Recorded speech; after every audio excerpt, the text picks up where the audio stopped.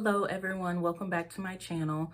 And today's video is the final chapter, final part on the Wicked series. This is going to be part 4, final section.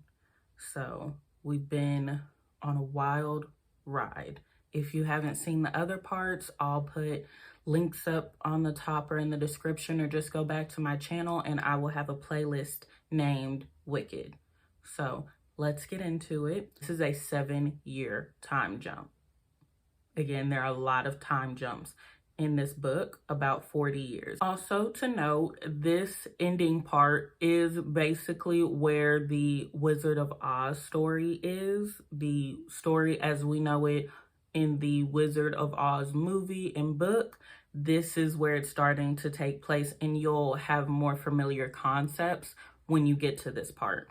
So this is essentially the Wizard of Oz, but from Elphaba's point of view. As we know it in the Wizard of Oz, the way it starts is Dorothy was swept up in a house in a tornado and landed in the world of Oz, specifically Munchkin Land. So starting off from the Wicked point of view, a tornado does happen, and the Munchkin Landers and all of Oz have actually never seen a tornado before. All this magic in the world, and they've never had anything like a whirlwind in their world. So when they saw the tornado, it was very scary. And when it comes, it does kill more than just the Wicked Witch of the West. It kills a lot of Munchkins as well. And along with those Munchkins is killed Nessa Rose, Elphaba's sister, who is known as the Wicked Witch of the East.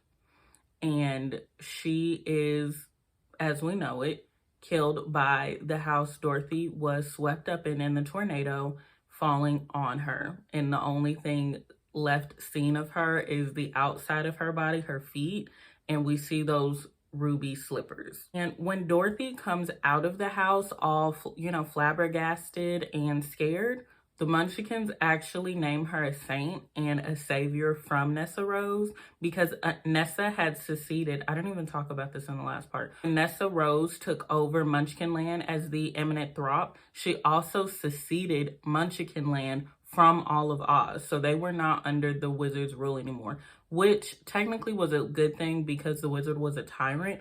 But then it was also bad because Nessa Rose is especially religious and tried to make it a religious state, which Munchkins don't really like. So when Dorothy comes and, kills her, people see it as a savior from the Wicked Witch of the East. And that's what everyone started naming Nessa Rose, because her shoes are magic that help her stand up by herself. And she actually performs spells sometimes for the sake of the unnamed god.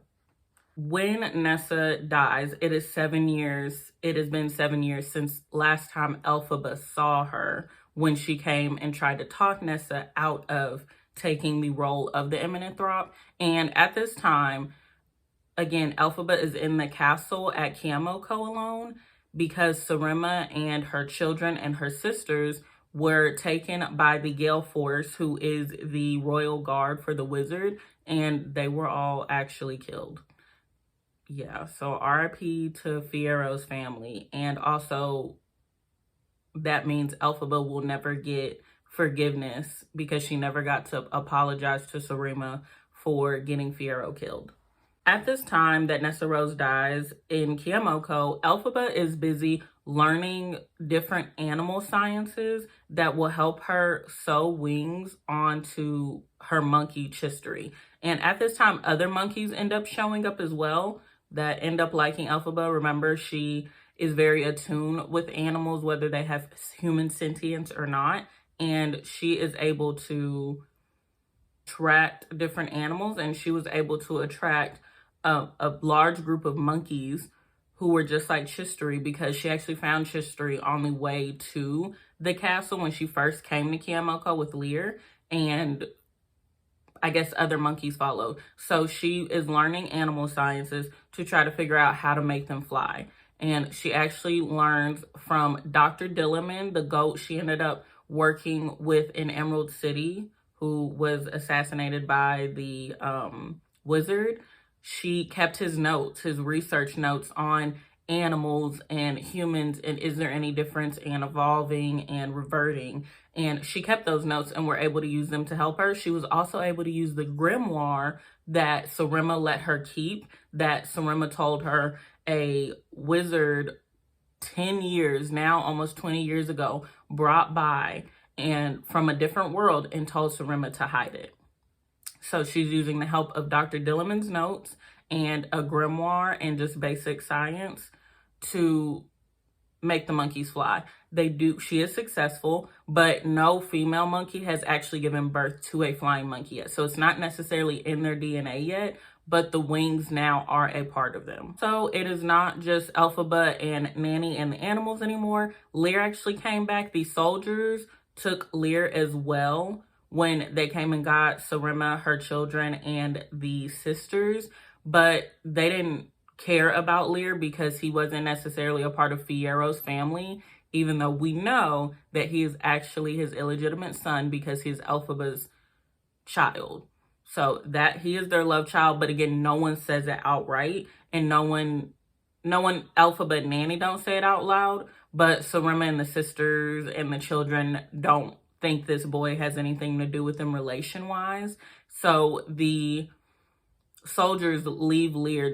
He can come with them to hold the family hostage, but they weren't going to do anything to him because they weren't instructed to, because he's not important, or they don't know he is actually important. Nanny is now 85 years old, still going strong. I kid you not. I need to know this woman's health routine, skincare routine, everything, because she's still going. History helps her around the house a lot. They've actually become like really good friends, almost like a mother and son bond type of, but Chistery ends up liking Nanny a little more than he likes Elphaba, and they're a really good pair now. Elphaba and Nessa Rose's little brother Shell send her a letter saying, you know, Nessa's died and here's the funeral arrangements, and Elphaba does go. She also brings the page of the grimoire to study, I guess, while she's there. Don't know why, but this will be important later. But she brings a page from the grimoire. And also, when Elphaba gets to Munchkin Land, it's not the day of the funeral yet, but she arrives a few days earlier, and who other does she run into but Glinda, the good witch now. And so obviously they reunite because the last time they saw each other was when they were literally teenagers, and Elphaba left her, you know, all alone to go back to Shiz when Elphaba decided to leave Emerald City altogether to become an assassin. They reunite, they reminisce, and they're just old friends catching up. Later, when Elphaba and Glinda have dinner together, Elphaba, during all this time, Glinda was actually there for Nessa Rose as a sister, like Elphaba should have been. And she tells her, like, a storm came out of nowhere, nothing we've ever seen before, and a girl, Dorothy, came out of the house, and everybody named her a saint,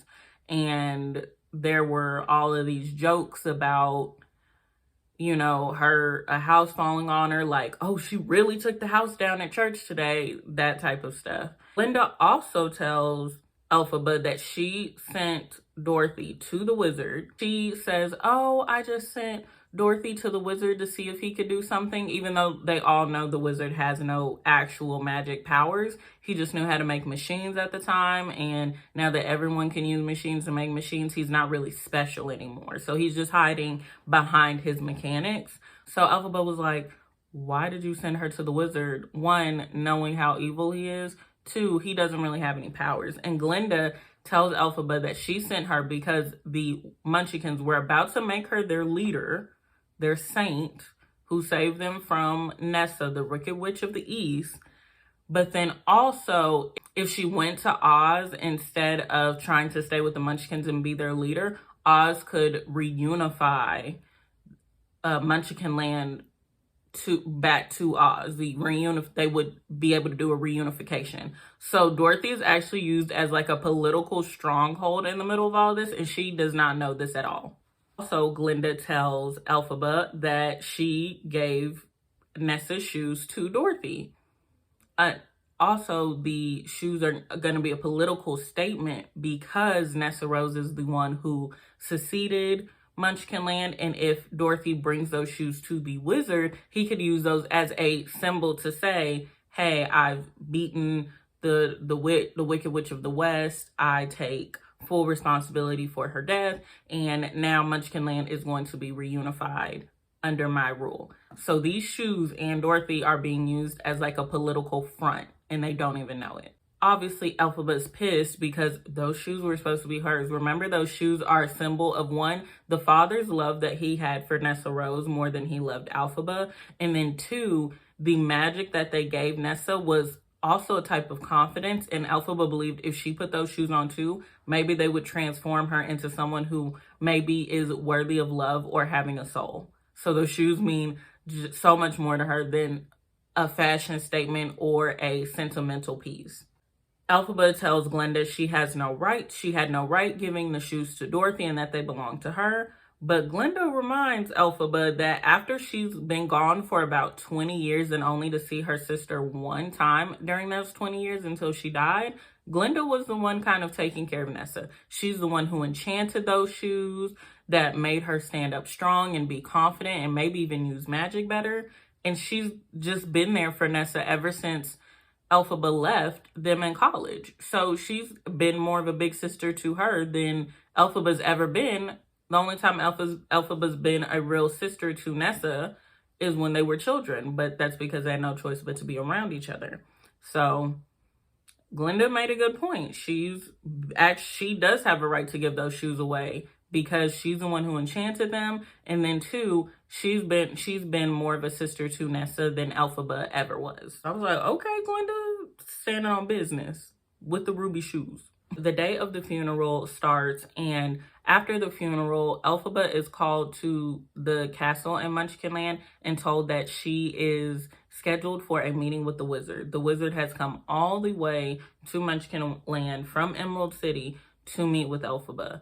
And obviously this freaks Elphaba out because she hasn't seen the wizard since she was a teenager, and called him out about basically his racism to animals and taking away their mobility.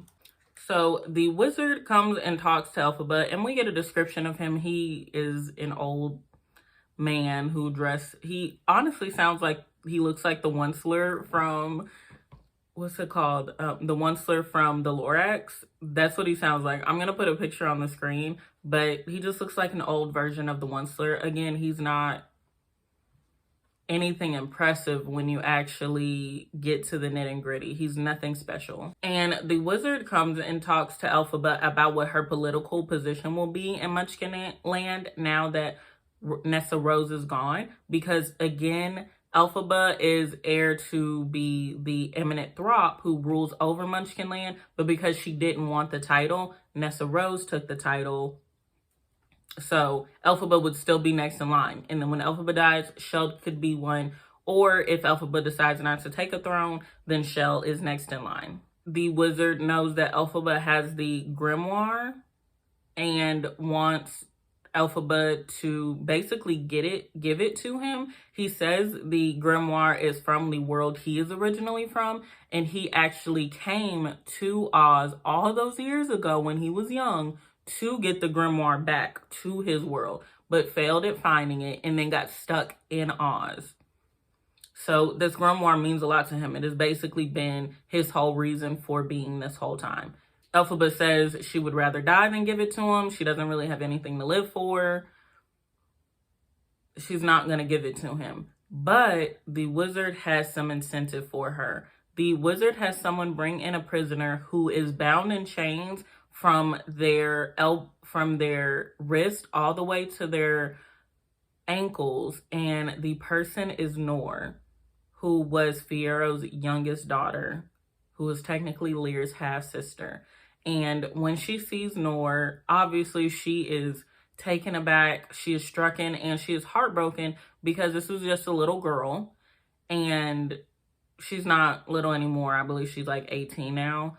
But that means she spent her whole life as the wizard's political prisoner. First a prisoner in her castle, never seeing her father, and now a political prisoner for the wizard. He also tells Elphaba that the sisters in Sarima are probably dead, and he most definitely killed Urgi, who is Fiyero's firstborn, first because he is the heir to the Ajirki throne, and he wanted to send a message to the people of the grasslands, the tribal people, basically saying once he's done with getting Munchkin land ready to rule, he's going to come for the grasslands next, not knowing that Lear is Fiyero's half-son, and he could, not Fiyero's half-son, is Fiyero's illegitimate son, and he could take the throne one day if he chose. The page of the grimoire that Elphaba specifically brought to Munchkinland was a page that described how to control dragons. Now, that means that there are dragons in the wizard's world, and there are dragons in Elphaba's world. And even though the wizard says, you know, you might as well give the grimoire to me, you can't read it anyway, it's in my language, not yours, Elphaba tells the wizard she's actually been able to learn a lot, and she tells him what she's learned, and he's actually really surprised because that shows how smart and persistent Elphaba is, because even if it's a book of a whole language she doesn't understand, she's going to find a way to understand it, which is how she was able to find a way to attach the wings to the monkeys. So Elphaba decides to bargain with the wizard. She will give him the grimoire, and the wizard will give her Noor back. And also, the wizard says he wants the shoes that, you know, Dorothy's carrying, because now they are a political symbol. Wizard also tells Elphaba that Madame Morrible, remember that was the head mistress that was working with the wizard at the time, he says that Madame Morrible told him to always keep an eye on Elphaba even after she left Shiz, because she is very cunning, and even though she's young, she could really do some crazy stuff. Like, if she wanted to get political, she can get political. She would be a great threat to the wizard. And so because the wizard always decided to keep an eye on her, he admits that he is the reason Fiyero died. He actually did mean to kill Fiyero straight out for being associated with her. So after this meeting, obviously Elphaba's shaken up, and she decides to leave Munchkinland, you know, real quick. She does see her dad, Frex, but he's so old, and he's actually like blind now, and he's just mourning about Nessa Rose just like every day, and Elphaba believes he's not going to live much longer because his heart is so broken over Nessa Rose. So she up and leaves real quick, and Glinda tries to talk to her, but this is going to be the very last time they see each other. Elphaba goes all around Munchkinland and decides to investigate Dorothy because, you know, that's where she landed.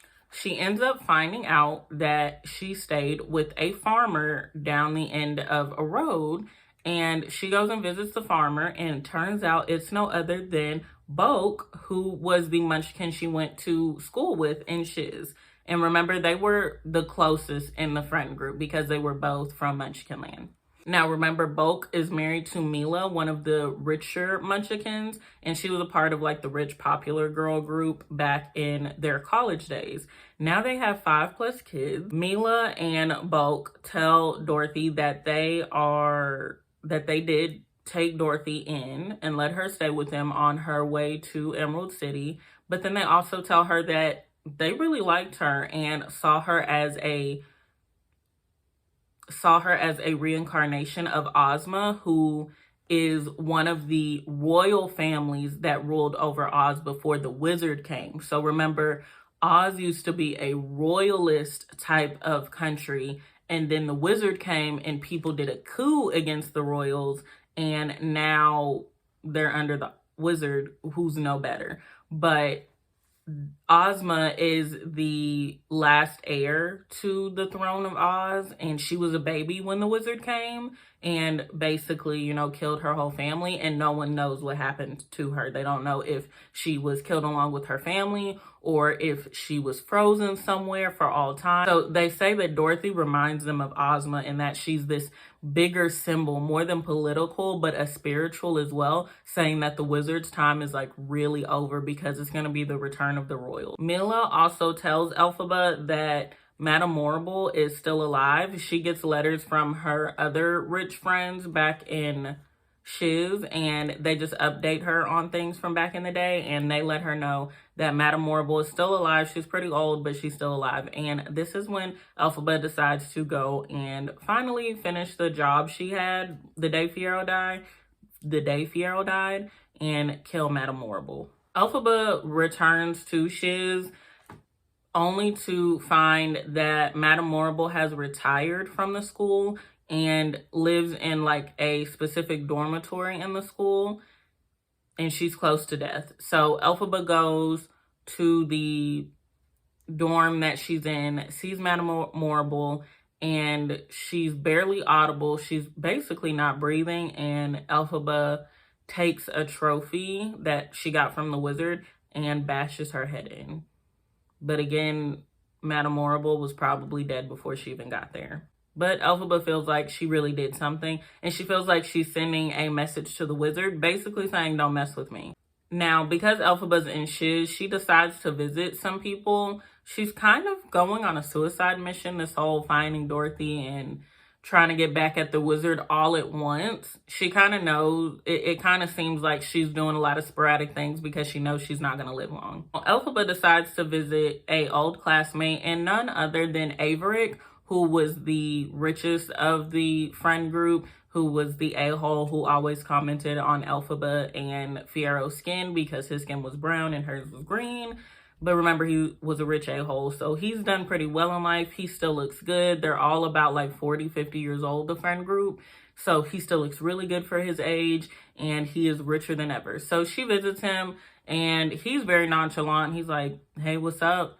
They have a drink. He even invites her for dinner, and they're not going to be romantic like Fiyero and Elphaba were, but it's kind of a playful banter, and because they weren't such good friends, Elphaba feels like she can confess a lot of things, and it's not going to sound crazy because they're only seeing each other for one night. So Averick invites her to have dinner with him and some celebrity friends of his, and they sit around and talk about evil and the origins of it. Does it really exist? It's really interesting. And Elphaba confesses to the whole crew, again, people she doesn't know, that she did kill Madame Morrible. So also, you remember, she was supposed to be researching Dorothy. Then researching Dorothy led her to Madame Morrible. Then being near Madame Morrible in general led her to find Averick and have dinner with him. She's actually going to be all over the place until she gets to Dorothy. It's actually, I think, going to be like some months to a year before her and Dorothy actually come face to face. It's crazy because, again, we're used to the movie. It all happens in a couple of days and it's one and done. Good versus evil, right? But in the book, it actually takes months to a year for Dorothy and Elphaba to actually meet. So after the party with Averick, Elphaba leaves drunk, and she's walking on the bad side of town. And as she's walking through the streets, she passes a version or the original time clock that was from the first chapter of the Wicked book. You know, the time clock that could put on these puppet shows that seem to be real and seem to be magic. She runs into that same time clock, and a dwarf talks to her. He comes from behind the top time clock and actually talks to her. The dwarf tells Elphaba that he was actually in charge of watching over the grimoire in this world, and he can basically do a bunch of magical things. Also tells Elphaba, confirming what she always believed, that Mother Yakel is a form of a guardian angel. The dwarf says he comes from a place where guardian angels do exist, and Mother Yakel was told to go from her world to Elphaba's to watch over her and, I guess, put her on the path she's really supposed to be on her whole life, which was crazy to Elphaba, but it also confirms what she's always believed, because Mother Yakel popped up in such crazy times in her life. Also tells Elphaba that she is not a punishment. She was not born to be a punishment for her father. Her father is just narcissistic and egotistical and thinks everything was about him, especially the way his children were born. But Elphaba was meant to take her own path in life. It was just Mother Yakel's job to make sure she did that in the way, I guess, higher ups decided she should be making decisions. the dwarf gives her a preview of the time clock show. She's never seen one, even though it's been around forever. It's been around since she was born. She's never seen a time clock show. I guess that makes sense because her father was a priest who was against them. So during the time clock show, there are three parts to the show. The first one is called Part 1, The Birth of Holiness. And Act 1 is the story of Saint Elphaba, who was actually a saint who went under a waterfall to pray her whole life and never came out. 2 is called The Birth of Evil. During this story, The Birth of Evil, it is a puppet show of Frex and Melina's life before Elphaba was born. Melina leaves her rich parents to go and live a simple life with Frex. Frex teaches to the people, but he also neglects Melina. Melina, in all this abandonment, decides to let in travelers and sleeps with them. And one of these travelers is a man carrying a green elixir named Magic Elixir or Miracle Elixir. He gives it to Melina. They sleep together. He leaves, and then Melina ends up pregnant. And the traveler who gave her the elixir and slept with her, ultimately the one who got her pregnant, leaves the house in a red air balloon. What? So the book is suggesting, or this time clock show is suggesting, that the Wizard of Oz is the one who's Elphaba's father. I kid you not. I screamed a little. I hollered. Because what? You are going to war with your father? I mean, he's going to war with you because he actually sounds terrible. But it's so crazy. And Act 3 is called the Marriage of the Sacred and the Wicked. But no show ends up playing. And Elphaba's like, hey, where's the rest of the show? And the dwarf tells her that is up to her.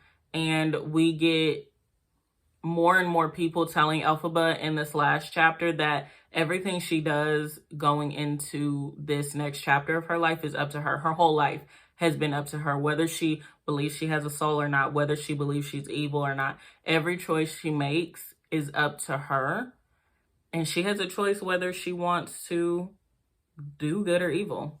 Or next week's later, and Elphaba stayed in Shiz for a while to try to see the newspapers in the uproar around Madame Morrible dying.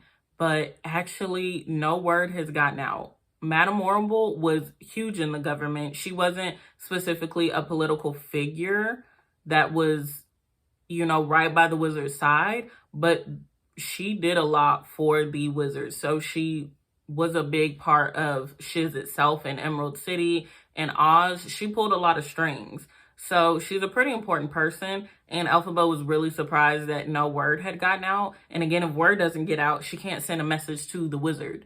So she's really frustrated by this. So because of all of this, Elphaba decides to leave and go back to Munchkinland and see if Dorothy's returned there, and maybe she'll pass Dorothy. Elphaba passes Bulk on the way and lets him know that she killed Madame Morrible and that she's going for Dorothy next. And Bulk is pleading with Elphaba. He is like, please, don't hurt this girl. She has nothing to do with any of this. This is the wizard making her a political statement. She's not a bad person. And Bulk seems afraid of her in this instant. And Elphaba's mad he's afraid of her. But still, she just admitted she killed someone. So after all of this, her visiting Bulk, she decides to go back to Kiamoko and wait for Dorothy. Now, again, Dorothy was on her way to Emerald City. But later, Elphaba hears that Dorothy made it to Emerald City. The wizard didn't give her what she asked for, which was to go home. But the wizard said he can help in some way if she goes and gets rid of the Wicked Witch of the West, who is Elphaba. So after, I guess, Elphaba sent, a message by killing Madame Morrible that she's not going to do anything for the wizard, he decides to strike a deal with Dorothy next. So that shows how devious the wizard is. If one deal doesn't fall through, he'll go for another, and he's just going to keep using other people against each other. And Elphaba sits and actually thinks about Dorothy for a while. When she first hears of Dorothy, she doesn't hate her. She's not like, hey, this girl is the reason killed my sister outright and did it maliciously. She's just actually curious about the girl. And Elphaba more and more keeps thinking that Dorothy reminds her of someone. Okay, so Elphaba, is really thinking hard, and she's like, who does this Dorothy remind me of? I'm going to read an excerpt from the last chapter, and it breaks down that Dorothy reminds Elphaba of herself, and I'm going to read why. I see myself there, the girl witness, wide-eyed as Dorothy, staring at a world too horrible to comprehend, believing, by dint of ignorance and innocence, that beneath this unbreakable contract of guilt and blame, there's always an older contract that may bind and release in a more solitary way, a more ancient precedent of ransom, that we may not always be tormented by shame. Neither Dorothy nor Elphaba can speak of this, but the belief of it is in both our faces. So Dorothy very much reminds Elphaba of herself, that in spite of everything, in spite of what people believe she is, whether they believe she's the greatest good or the greatest evil, that there shouldn't be any shame in that. So while Dorothy is on the way there, again, it takes like months, Elphaba just waits. She's not preparing to kill her. She doesn't know what's going to happen. She just basically sits at the castle and waits for Dorothy. So Elphaba starts taking the magic elixir. Remember, Granny kept it all these years. She took it from Melina after she visited her when she first came to the house to see Elphaba when she was born. So Granny's had this miracle elixir the whole time, basically Elphaba's life. So Elphaba starts taking the miracle elixir and starts having crazy dreams.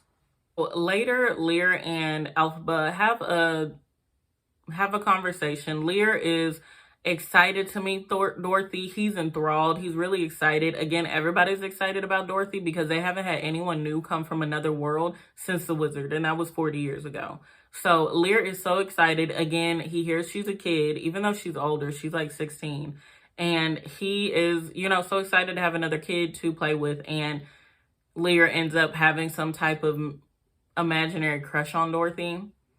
And Elphaba asks Lear what he would wish for from the wizard. Elphaba asks Lear, what would you ask for from the wizard if he could grant you anything? This is like one of the only real deep conversations I've ever had, honestly, which is sad because that's her son, but no one admits it. And Lear says the saddest thing. He says he would wish for a father because baby boy has been alone his whole life. And it's just so sad. But he said he would wish for a father. He asked Elphaba what she would wish for. And knowing Elphaba, we don't think she'll say anything back, or she'll say, oh, wishes are for fools, or they're for people who are good, and I'm evil because the world says I'm evil. But Elphaba actually says she would wish for a soul. And it just keeps going down from here. Again, Elphaba is waiting for Dorothy. It takes months to get there because remember, Dorothy is going on foot with the Tin Man, the Lion, and the Scarecrow. So when Elphaba hears that Dorothy is traveling with these type of people, Elphaba starts to research them. Elphaba believes the Lion is the lion cub that the teacher that replaced Dr. Dilliman brought into their classroom back at Shiz University, which was like 20 years ago, to do experiments on the animal, and that the students ended up freeing later. So she believes that is the same lion. She believes the Tin Man is the Tin Woodsman that Nessa Rose axe she enchanted. Remember, Nessa Rose enchanted this axe for a woman so it would kill this dude so this girl wouldn't go off, and it's so much. But she believes the Tin Man is the woodsman that Nessa Rose had enchanted to kill himself. But she still does not know who this Scarecrow is. There's never been any type of being in Oz that is a live scarecrow. She's seen actual scarecrows, and she's actually quite freaked out by them, but she has never seen a live living scarecrow. So she is very confused by him, and she kind of makes up her own mythology about the scarecrow. She thinks the scarecrow is the spirit of Fiyero coming back to her. Again, she is spiraling out of control because she believes something crazy is about to happen. A whole month later, Dorothy and her whole group arrive. Now, the first time, in the movie, the witch sends all of these, different things to attack Dorothy and the group. But Elphaba actually sends Killjoy first to Dorothy and the crew from the castle to go get them. But she sends the dog to just lead them to the castle so they could get here. The lion kills the dog. You heard that right. Killjoy is now gone. And Elphaba only sent him to them so he could lead them to the castle.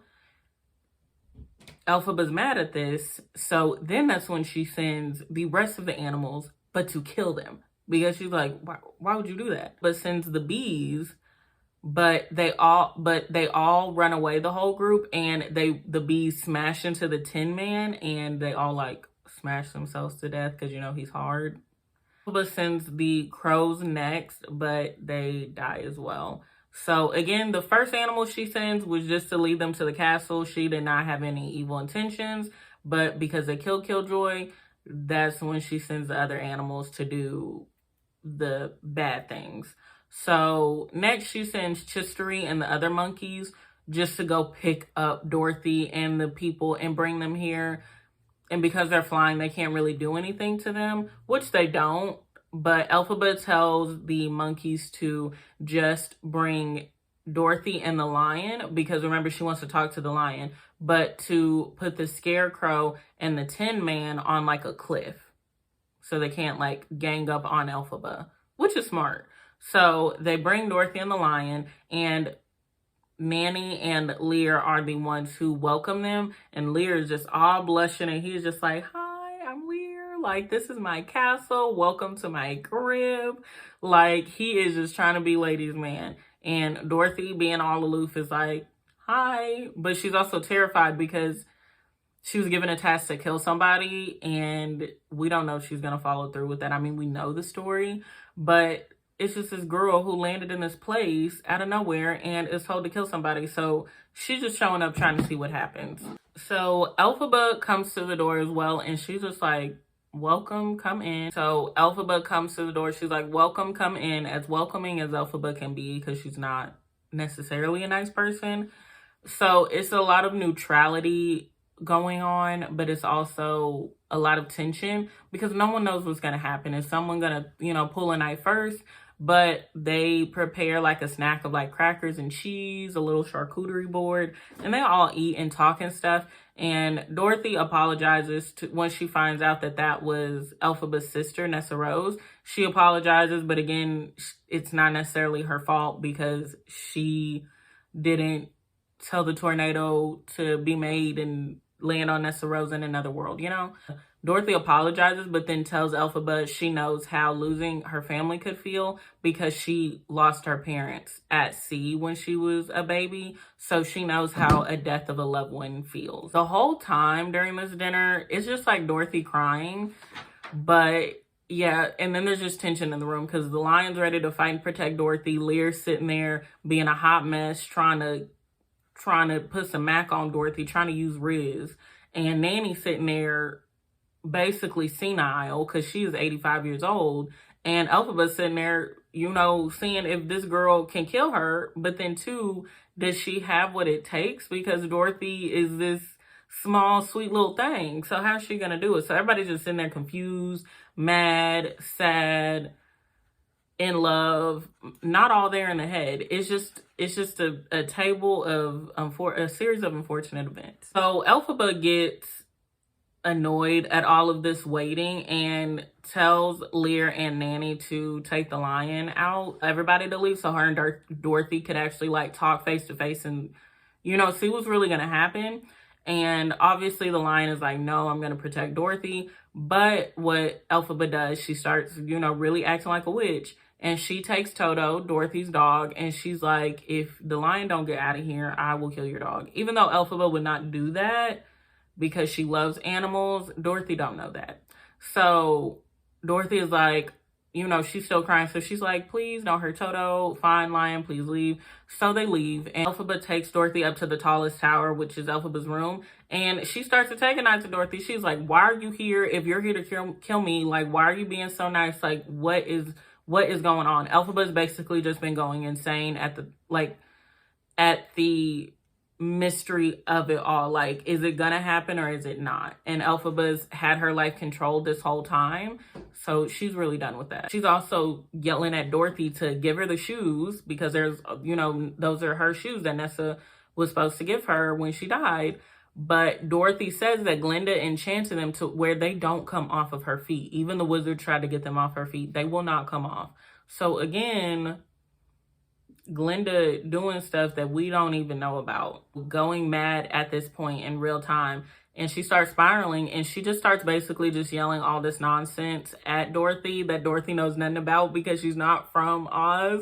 And just Dorothy's just terrified because she's like, what is going on? But Elphaba starts yelling about Dorothy being Elphaba's human soul come to like take her body.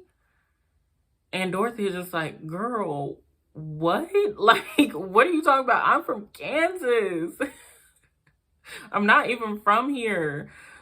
So there is a fire going in the same room they're in. And after Dorothy says those things to Elphaba, Elphaba lights her broom on fire and basically pulls Dorothy up to the tower more and more. And after Dorothy says those like things to Elphaba that surprise her, the fire gets on Elphaba a little because she falters holding the torch, and Elphaba is set on fire. Dorothy, trying to help her, finds a bucket of water and yells, "I'll save you," and throws it on the witch, or on Elphaba. And that is the end of Elphaba's life. That is her ultimate demise.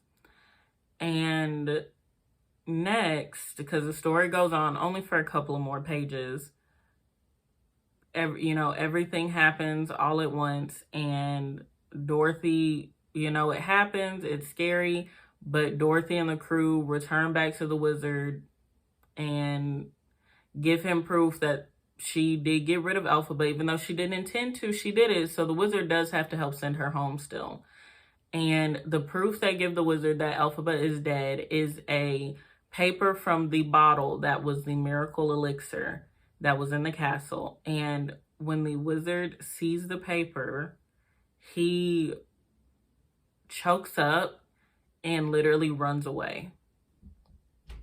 Meaning that he must really be Elphaba's father, because again, he was in that story of the time dragon, saying that he's the one who gave Melina the elixir when he first came to Oz, and that he is Elphaba's real father. So I don't know what he's feeling, but it must have been, I killed my daughter.